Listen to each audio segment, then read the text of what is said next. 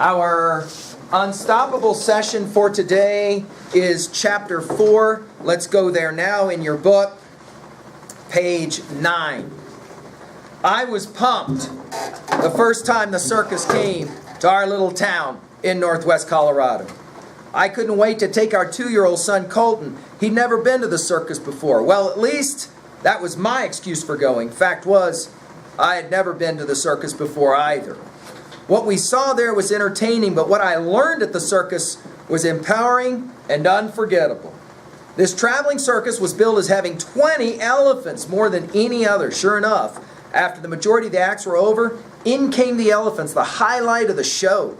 They marched around the ring and stopped right in front of us. Then they got up on their hind legs and turned towards us. Now we were sitting in the front row, and I'm looking up at this foot the size of a desk, trying to show no fear to my 2-year-old and thinking, I hope that elephant doesn't lose his balance. Meanwhile, Colton was giggling and pointing, saying, Daddy elephant, Daddy elephant. The elephants did a few more tricks, then they left. They did all of this with one guy tapping the elephant with a stick. I was impressed until I went outside and saw all 20 elephants just standing there. I was amazed. Kids were crawling all over them. Every one of those elephants was held to the ground with a small stake and a little chain no bigger than what you would tie a dog with. When relating the story to my class, I asked, why were those elephants just standing there? One kid said, they're in our town, and there's nothing better to do.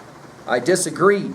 If I were an elephant, I'd want to bust through the jungle chasing girl elephants. So I questioned the guy with the stick, how do you get them to do that? He said, 2 words, I've never forgotten.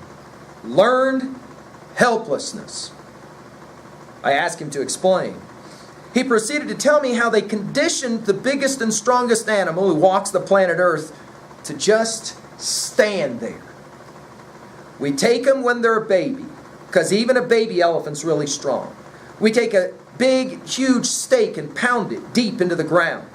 Then we attach a thick, strong chain to the stake. Next, we bring Mama over. You see, Mama's been through the process and the baby follows. Now we chain baby to the stake and take Mama away. Baby cries out for Mama. Mama. Mama cries back. Baby, come here, come here. Pulling with all its might, baby cries, I can't, I can't, I can't. This goes on for several days until the baby elephant's self-talk goes from I can't, to I won't, to I don't. Then you don't need such a big stake or a thick chain. You can get the biggest and strongest animal that walks on the planet to just stand there, because he does not think he can break the chain. There have been documented cases where elephants burned to death while chained to a stake, all the while believing they could not break the chains. I looked into the eyes of those elephants at the circus. Do you think I saw a wild, raging beast? No. I saw a depressed, defeated animal that had learned to be helpless. The really sad thing is, during my 26 years in the teaching profession, I've seen tons of kids who were just like those elephants, and a lot of teachers too. People who were told so many times, you can't, that gradually they became stoppable.